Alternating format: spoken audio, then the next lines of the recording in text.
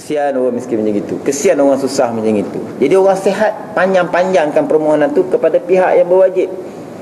Sampai sana, mudah-mudahan dipermudahkan oleh Allah. Hablu minan nas. Hablu minan nas ni lebih susah daripada hablu minan Allah, kerana pengampunan Allah tu tiada bandingan dengan pengampunan makhluk.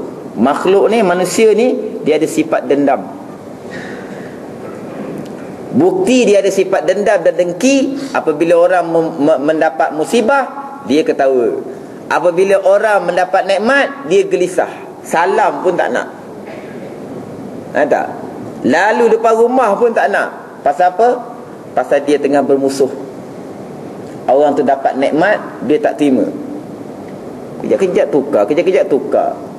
Dia rasuah agaknya. Dia suka macam gitu, Melayu lah. Ya tak? Kalau meniaga tak lakunya, ni ada orang taruh tanah kubur lah ni. Jual lah murah sikit, masak sedap, laku lah. Tak? Suka. Saya selalu, baru ni boleh dengar, buat kenduri. Panggil, kenapa ni kenduri ni? Halau jin. Halau jin. Kerana jin ni menyebabkan tu, tak nak, apa tu, tukar masak dia sakit, dia manjam. Lepas tu dia ceritalah pengalaman dia. Dekat sana tu ada satu kedai tu, memang kedai-kedai lain tutup. Sebab apa? Sebab dia tu pakai hantu apa entah. Jadi orang pergi kat kedai dia je. Berapa kena bayar kat hantu tu agaknya. Jadi konsultan percaya betul benda tu. Walaupun tidak dinafikan sihir-sihir macam gitu berlaku, tapi kenapa terlintas yang pertamanya? Manusia tu jahat. Orang ni jahat. Itulah keburukan dalam hablum minan nas. Kenapa tak gunakan sujud yang terakhir dalam sembahyang? Kenapa tak gunakan berbagai-bagai ayat dalam Al-Quran kita beramal supaya kuat tawakal kita kepada Allah Subhanahu Wa Taala? Dalam tauhid dia kata wala tataharraku zahratan illa biiznillah. Tidak akan bergerak zarah melainkan dengan izin Allah. Sekiranya kamu ni memang Allah kata takkan siapa boleh sihir kamu, kamu tidak akan terkena sihir. Kalau kamu kena juga, kamu tak perlu membalas. Sebelum kamu hilangkan sahaja sihir tersebut, lalu kamu buat kerja kamu macam biasa. Yang ni hablum minana, cukup susah nak buat.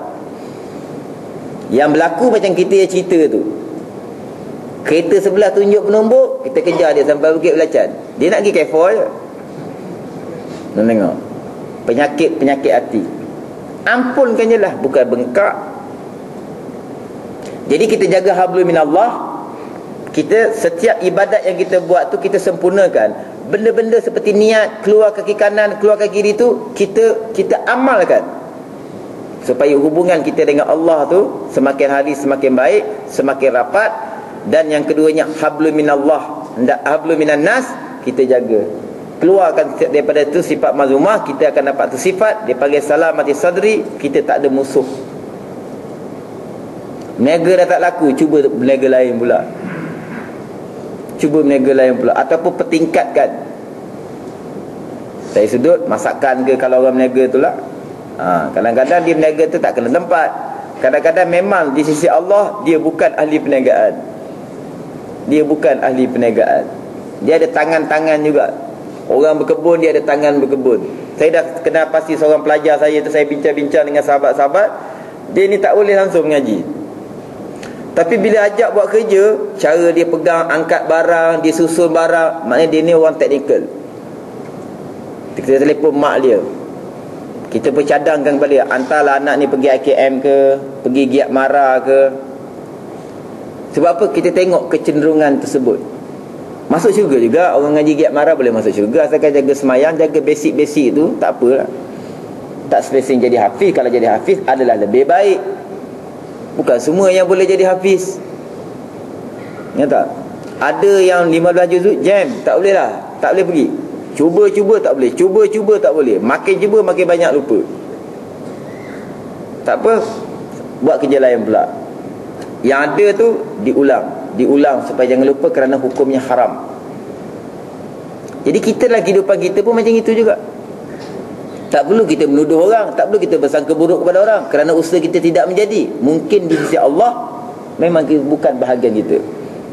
Dan kalau kena juga sihir tu, itu pun ketentuan Allah Subhanahu Wa Taala. Oh, cerita memang seronok benda ni, tapi nak buat. Ya tak? Nak buat tu. Awak managing director, datang Pizza Hut, dia parking tempat parking dia. Oh, marah bukan main. Tak? Sangka baiklah. Agaknya dia tak tahan sakit perut kot. Agaknya dia ni buta huruf kot. Dia tak nampak tulis managing director punya parking. Tak? Tak apa, suruh driver, nanti pusing dulu, saya nak naik atas meeting ni. Nanti bila dah motor tu dah keluar, masuklah situ. Boleh buat macam itu. Macam itu. Habis yang kedua. Yang ketiga, apabila engkau belajar, ni paling penting tuan-tuan, yang nombor 3 ni. Apabila engkau belajar suatu ilmu atau engkau mentelaahnya, mentelaah ni ulang kaji, yang mungkin kita tak pernah buat lah, ya tak? Asal kuliah je cari kitab, mana aku tahu tu, gaduh dengan isteri. Orang lelaki dia memang lemah kat situ lah. Bukan semua, ada yang cermat betul. Saya tanya ibu-ibu, masalah paling besar orang lelaki bekerja, cari stokin bagi-bagi. Tak jumpa. Dia balik, tu campak.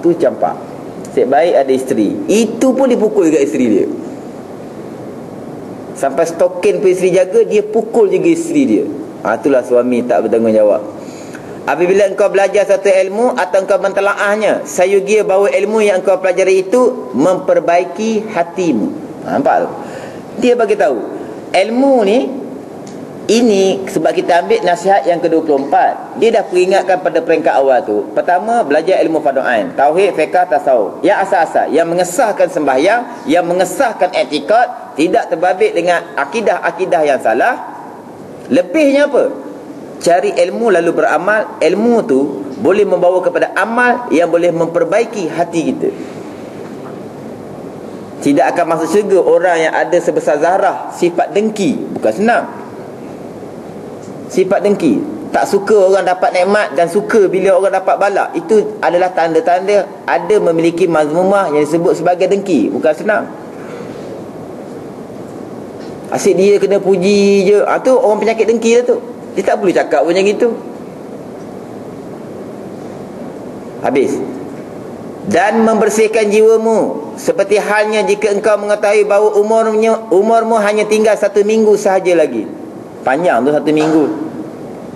Maka sudah pasti engkau tidak akan sibuk dengan ilmu fiqh lagi, yang berat-berat. Yang berat-berat maknanya asas-asas kita tahu sampai terperinci. Rotan apa nak pakai hudud ni? Sampai tahap tu. Tak? Bab masuk pula bab fiqh-fiqh yang furuk-furuk. Kalau air mani tu 2 kolah, boleh mandi wajib ke? Itu dia cari. Sebab air mani tidak najis, dia kata. Boleh tak buat mandi junub? Tok Guru jawab apa tuan-tuan? Kau kumpul dulu 2 kolah, nanti aku bagi jawapan. Ustaz, nanti kalau kat bulan macam mana kau nak tentu arah kiblat? Saya pun ikut Tok Guru. Kau pergi bulan, telefon balik lah. Contoh benda tu. Ni ramai geng-geng yang suka bertekak benda-benda buruk ni. Bila bertekak, jatuh dosa lain pula. Bertengkar dan sebagainya, tak puas hati. Nak juga menang. Bila menang, aib orang lain. Itu salah tu. Dia kalau orang kata KLCC ni 88 tingkat tau, kita tahulah benda salah, kita tak payah tegur dia. Bukan berdosa pun. Kecuali dia kata semayang Zuhur 8 rakaat tau. Imam tadi kata apa? Jangan tegur waktu tu jika ada orang ramai. Tegur bila dia seorang-seorang. Dah tentu salah tu. Apa lagi KLCC 88 tingkat. Tapi benda tu yang dia gaduh tu. Panjang lama-lama. Cakap dia yang dengar. Kau jangan campur lah. Dia nak menang je kalau bercakap. Tu dah marah lah tu. Rosak. Nombor 2 tadi rosak hablu minan nas.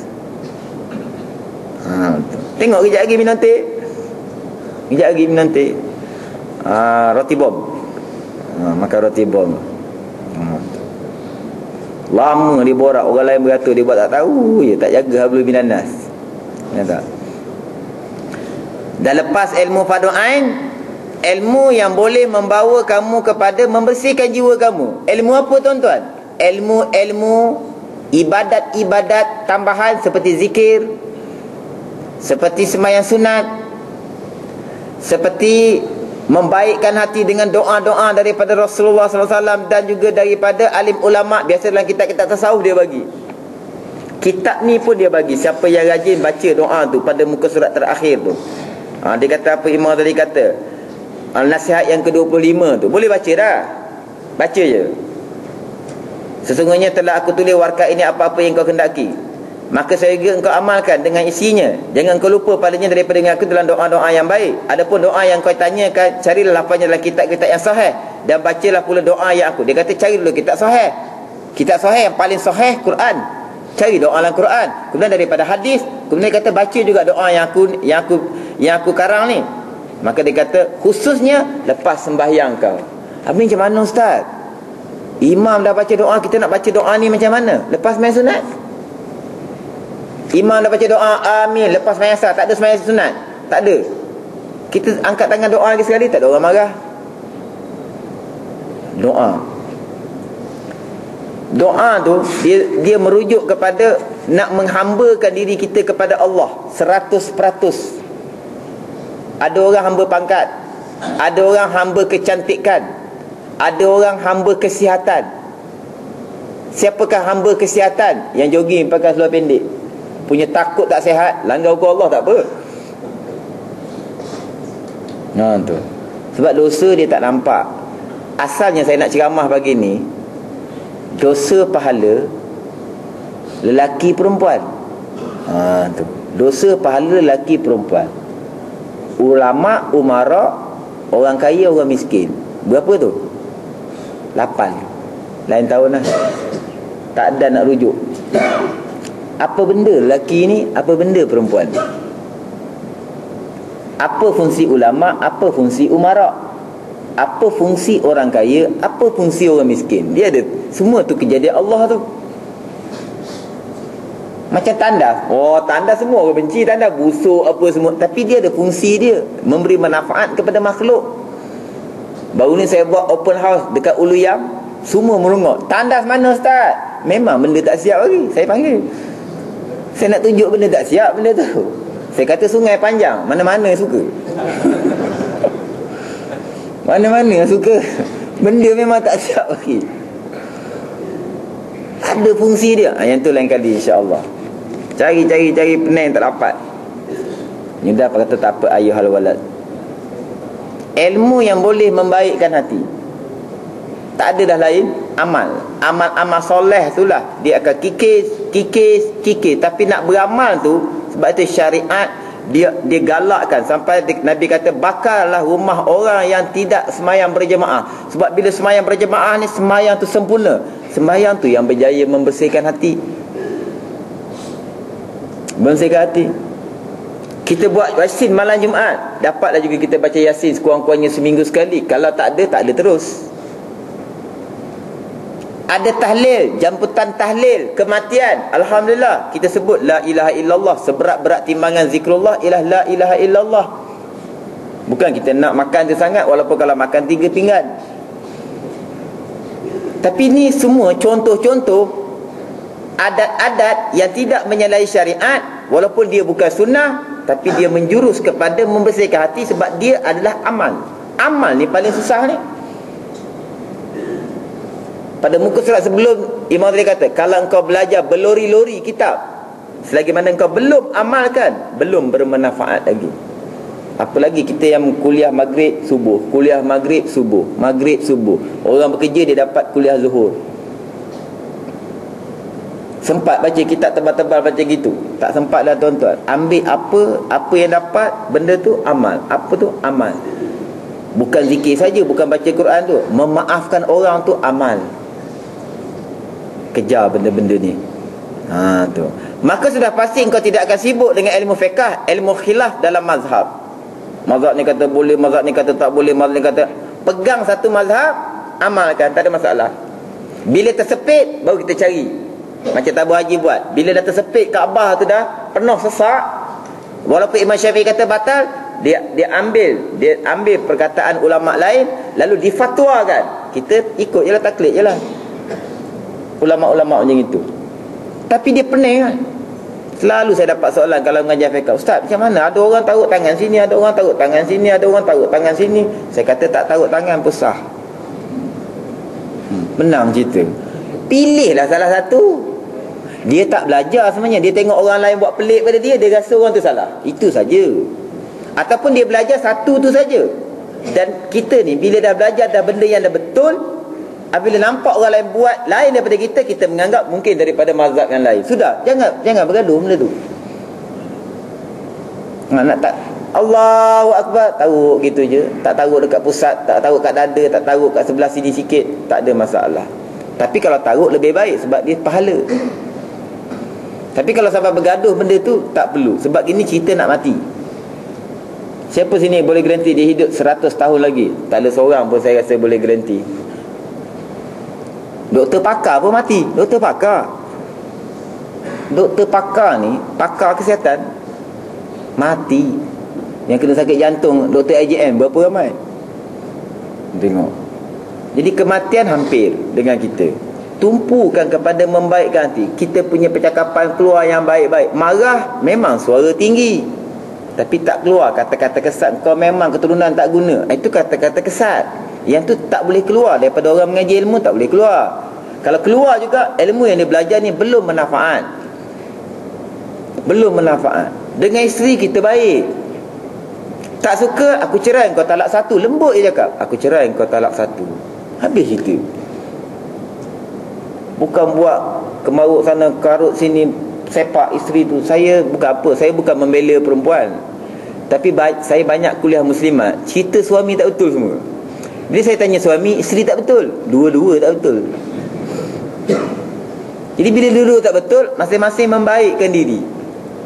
Nampak suami sengit, ya Allah perbaikkanlah suami aku, ya Allah. Cubalah macam itu.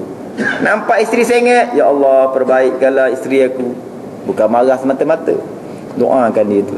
Ini cerita hati. Bila hati tu bersih, bila hati tu semakin baik, percakapannya semakin baik, gerak lakunya semakin baik, pergaulannya semakin baik, semua orang suka. Itu kesan daripada hati tu. Maka kita baiki. Bila kamu tahu, katakanlah kamu tahu nak mati lagi seminggu, maka sudah pasti engkau tidak akan sibuk dengan ilmu fiqh, ilmu khilaf dalam mazhab. Kalau dapat belajar, alhamdulillah. Dan akhlak, teori akhlak. Mana teori akhlak? Itu yang saya kata tadi tu.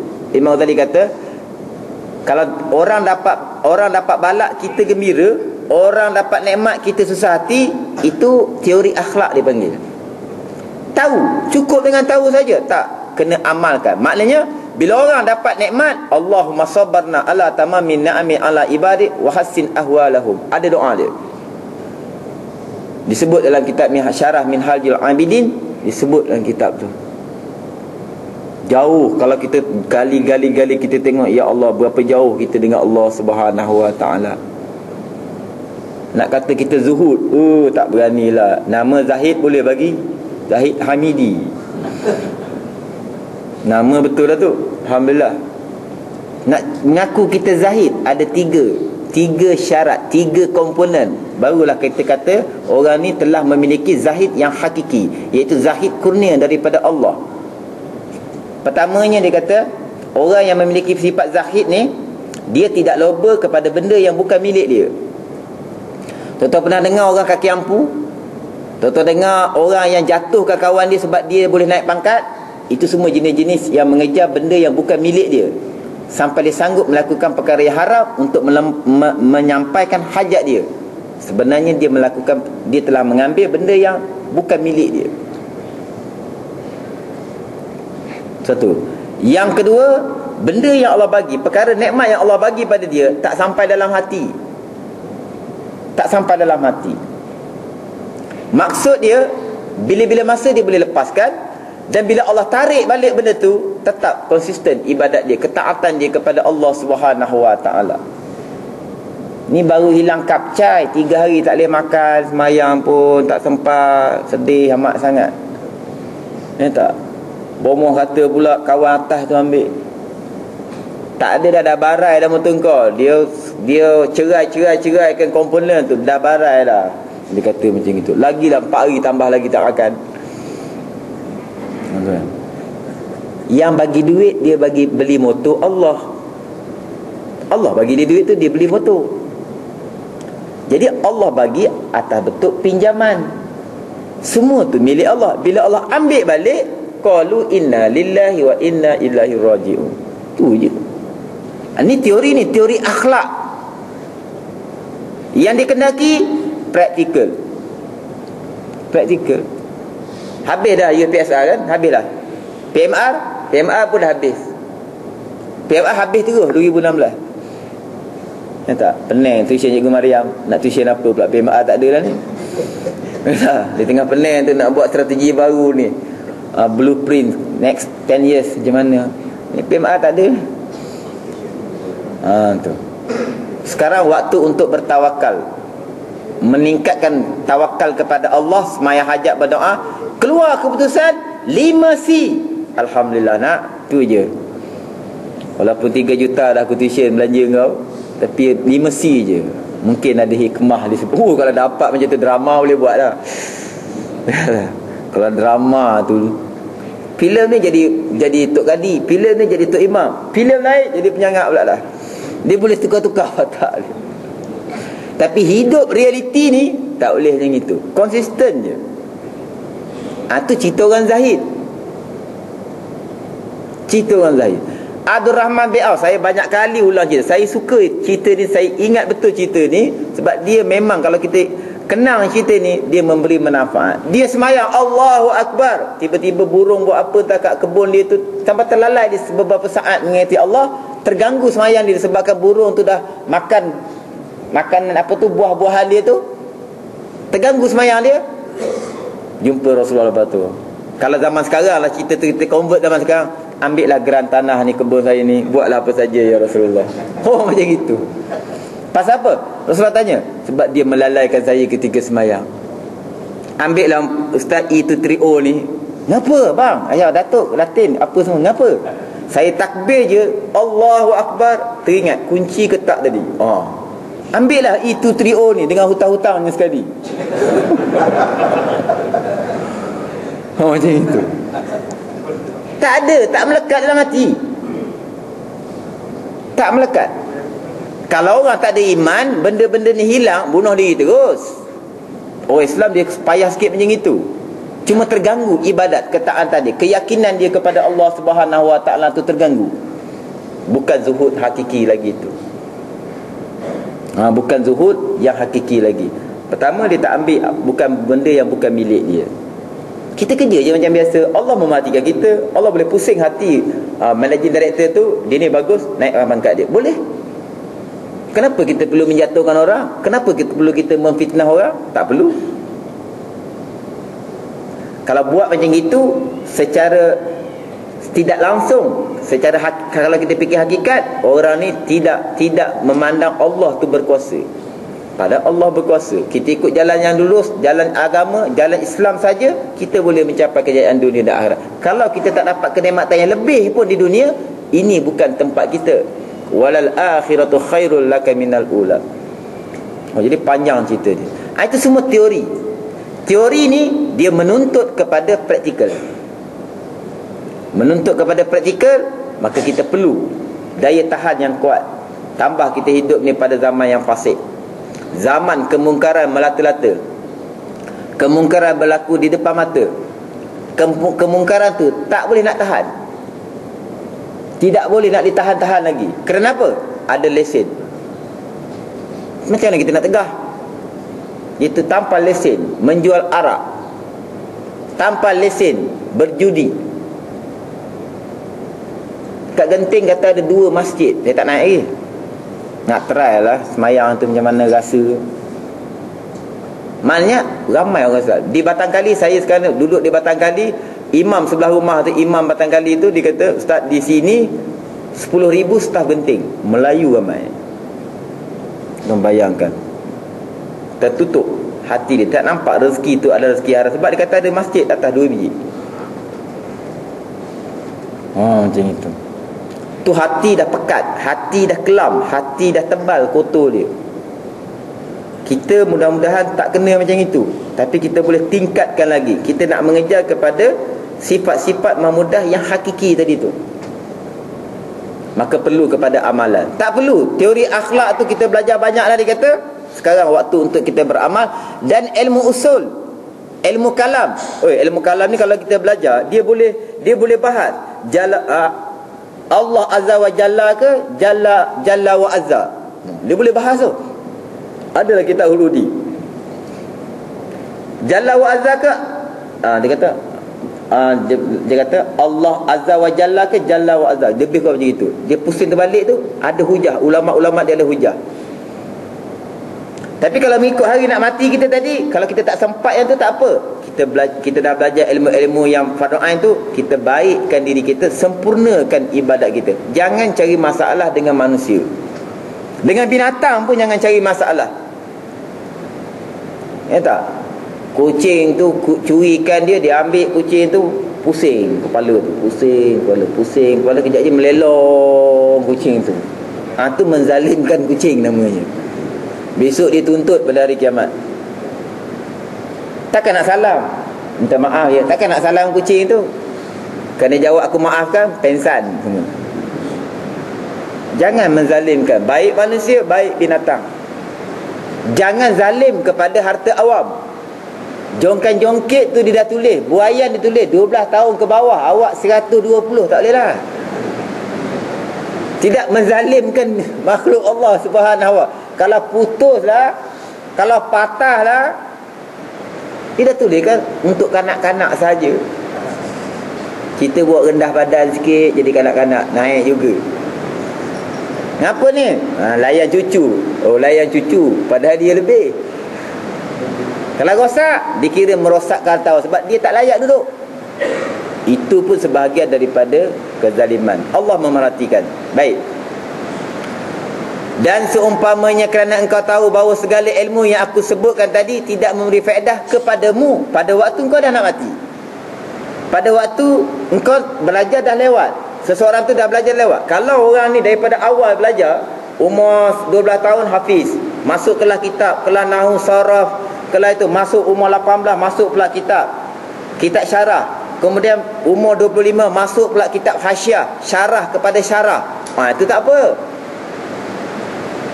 Dia dapat tu daripada awal. Kalau tak dapat daripada awal, kalau kita tak nak sibukkan dengan benda-benda macam itu pun tak apa. Asalkan kita sibukkan dengan benda-benda yang boleh menampingkan diri kita dengan Allah, membersihkan hati kita. Kita kena tumpu pada tu. Maknanya tasbih kena ada dalam poket lah tuan-tuan. Bila kita berdiri kan, tunggu roti bom, taruh dalam kocik, tasbih jalan. Subhanallah, subhanallah. Tak payah kuat-kuat. Nanti mahal harga roti. Dia kata wali ni kita cah mahal, tak marah. Dia cah mahal. Pelan-pelan dalam hati, biasakan. Sebab hadis tersebut, basahkan lidah kamu dengan zikrullah. Maksud dia, banyakkan zikir kepada Allah Subhanahu wa ta'ala. Ini benda yang kita nak amal. Saya kena amal, tuan-tuan kena amal, semua orang kena beramal. Sebab semua orang menghampiri hari kematian dia. Ada tu kes Qatar Airways baru ni, dia take off, lepas tu patah balik landing KLIA. Kenapa? Pilot mati. Nak tengok kematian datang. Betul. Hari-hari berlaku kematian. Di jalan raya berapa banyak. Ada yang mati dalam maksiat, wa iyadzubillah min zalik. Ada yang mati tengah dalam keadaan baik dengan Allah Subhanahu wa ta'ala. Itu yang kita kendaki. Dalam keadaan ini sudah tentu engkau hanya akan sibuk. Engkau hanya akan sibuk dengan apa? Dengan muraqabah hatimu. Perhati tuan-tuan hati kita ni. Kita boleh ingat, kita kalau duduk sekejap lepas semayang cukup. Kita semayang asar, kita duduk sekejap. Apa yang berlaku antara zuhur dengan asar? Kita ada marah orang ke? Kita ada potong queue dekat simpang ke, yang menyebabkan orang belakang sakit hati? Ada ke? Tu.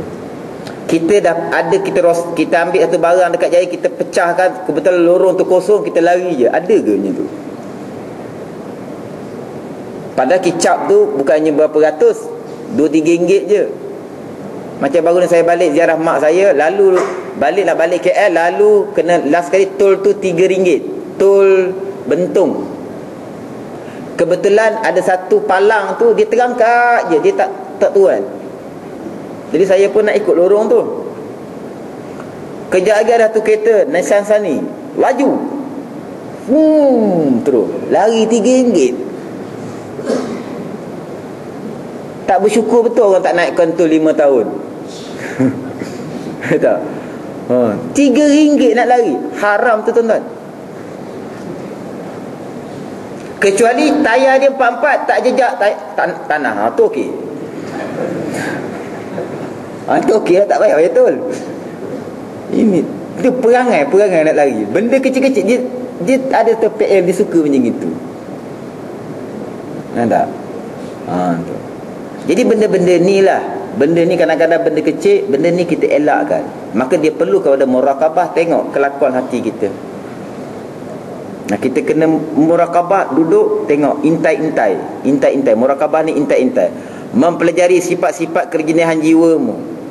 Jadi ambillah masa bagi orang yang ada kelapangan, orang yang ada kerja nak buat macam mana. Bila semayang berhenti sekejap, orang dah balik duduk seminit cukup tengok. Fikir zuhur ke asar, asar ke maghrib, maghrib ke isyak, isyak ke subuh, subuh antara isyak dengan subuh. Kita bangun subuh hari ni tuan-tuan, kan? Lepas semayang tadi dah wirid tu, ataupun sampai awal tu nak tunggu azan, ataupun dah lepas semayang sunat tadi, masa kita sampai masjid dah pun azan subuh, kita pun duduk tengok kita semayang tahajud tak? Tuan tanya. Lepas tu hari tu kita terlepas semayang tahajud, kita pun tanya Allah, hati aku kotor apa hari ni kau tak jemput aku semayang tahajud. Kita kena tanya dengan Allah macam itu. Alah, sunat je, tak apa tak buat. Itulah perangai. Padahal benda tu bagi orang yang sentiasa mulazamah dengan ilmu, sentiasa menuntut ilmu, datang masjid hari-hari, benda tu perkara besar, bukan perkara kecil. Kalau golongan beginner ataupun intermediate, itu memang biasa benda bagi dia. Ni expert semua. Jadi expert, kalau lab yang tak sampai 90 degree jatuh, leceh lah punya kerja. Kalau novice tak apalah, expert. Lab tu terangkat, tayar belakang terangkat pun tak jatuh, baru expert. Ya tak? Balik lewat macam mana pun tak akan tergelincir tahajud. Tu baru expert. Jadi expert ni bila tertinggal, ya Allah, dosa apa ya Allah yang kau boleh ampun. Sebab dosa. Tak boleh semayang tahajud ni sebab dosa. Pada kebanyakan waktu, kecuali 10 tahun dah dia buat, ada sekali tertinggal. Kita baru sekali buat, 10 tahun tertinggal, terbalik. Tapi tak pernah tanya, tak pernah rasa sedih. Sebab itu adalah kemuncak orang-orang takwa kepada Allah. Orang-orang yang berkemuncak dia punya aras tunjuk ialah tahajud. Benda yang sangat susah untuk orang panggil orang Inggeris kata, orang putih kata konsisten. Nak istiqamah. Sedih, kena sedih tuan-tuan. Ni kalau roti bom habis, sedih. Besok ada lagi roti bom kalau panjang umur. Kita semayang tahajud. Walaupun besok kita boleh semayang tahajud, waktu yang terlapang kosong daripada semayang tahajud tu, question mark. Besok di akhirat baru kita tahu apakah layanan Allah kepada kita. Jadi itulah. Ni cerita ni, ilmu ni, pengajian hari ni pagi ni, cerita berat. Silibus yang sangat berat. Tetapi kita ambil sebagai harta ingatan untuk diri saya dan tuan-tuan semua. Mudah-mudahan Allah bantu kita.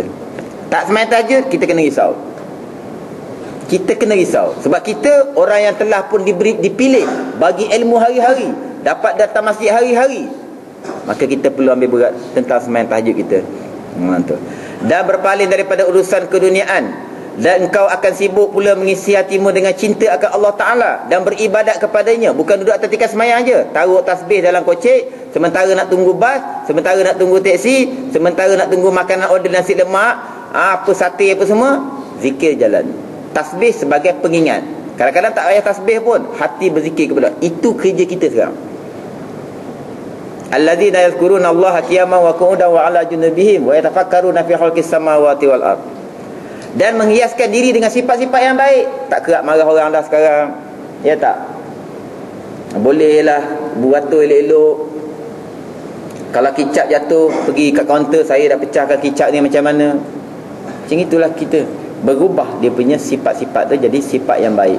InsyaAllah akan datang kita akan sambung lagi. Tapi saya ada satu pengumuman, minta tolong edarkan ni. Boleh tak? Boleh tak? Terima kasih banyak.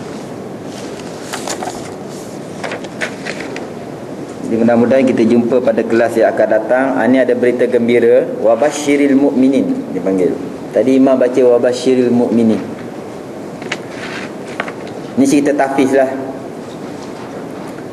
Jadi saya sekarang ni berusaha untuk mengumpulkan 100,000 dan saya dah dapat 13,000 untuk saya menyiapkan bangunan-bangunan yang lain yang bersangkutan dengan asrama yang hampir siap tu, yang kita jangka paling lewat pun menjelang Januari kita dah start belajar di sana lah, dengan tambahan pelajar baru yang kita akan ambil. Jadi untuk mendapatkan 100,000 tu memanglah kalau dapat infak alhamdulillah. Tapi untuk saya dah berfikir, dah berbincang, ada satu cara lagi yang kita boleh buat insya-Allah, iaitu siapa yang mempunyai kelebihan tunai, dia bagilah pinjam kepada Pusat Tahfiz Al-Khalidi.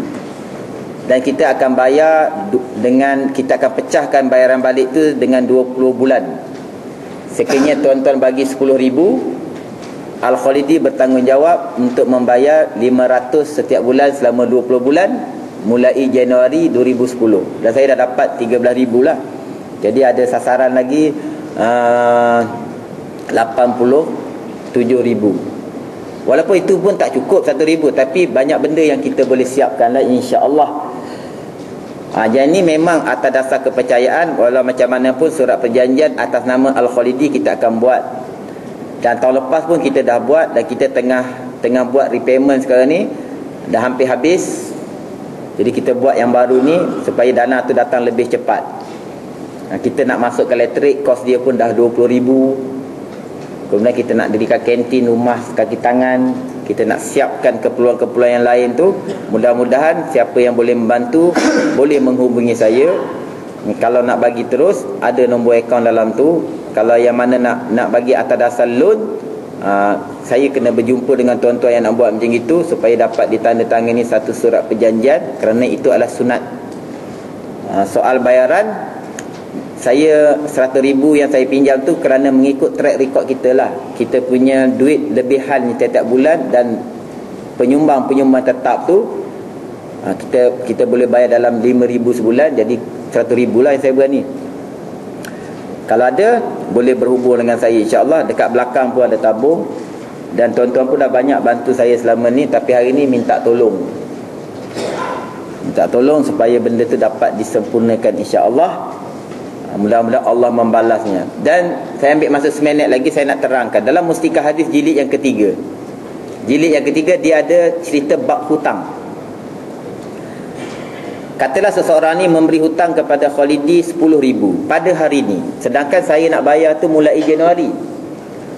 Disebabkan tangguhan pembayaran tersebut sampai Januari, orang yang bagi 10,000 tu dia akan dapat pahala seperti bersedekah 10,000 setiap hari. Dari sudut pahala, saya benda ni tak nampak lah, ya tak? Kalau 80,000 terjun sungai sebab dapat pingat emas, tu nampak lah 80,000. Tak? Bulan Januari kita bayar 500, tinggal 9,500 tiap-tiap hari dalam bulan Januari itu, pahalanya seperti bersedekah tiap hari 9,500. Februari bayar lagi 500, tinggal 9,000. Februari tiap-tiap hari pahala seperti bersedekah 9,000 sampai hutang tersebut dilangsaikan insya-Allah. Itu saja yang saya boleh cerita dari sudut pahala. Dan mudah-mudahan Allah memberi ruang kepada kita untuk berjihad di atas jalan Allah mengikut kemampuan masing-masing. Jadi kita berhubung baliklah nanti insya-Allah. Kita akan jumpa pada hari Sabtu minggu pertama akan datang. Kita akan baca balik kitab Ayyuhal Walad bahagian depan insya-Allah.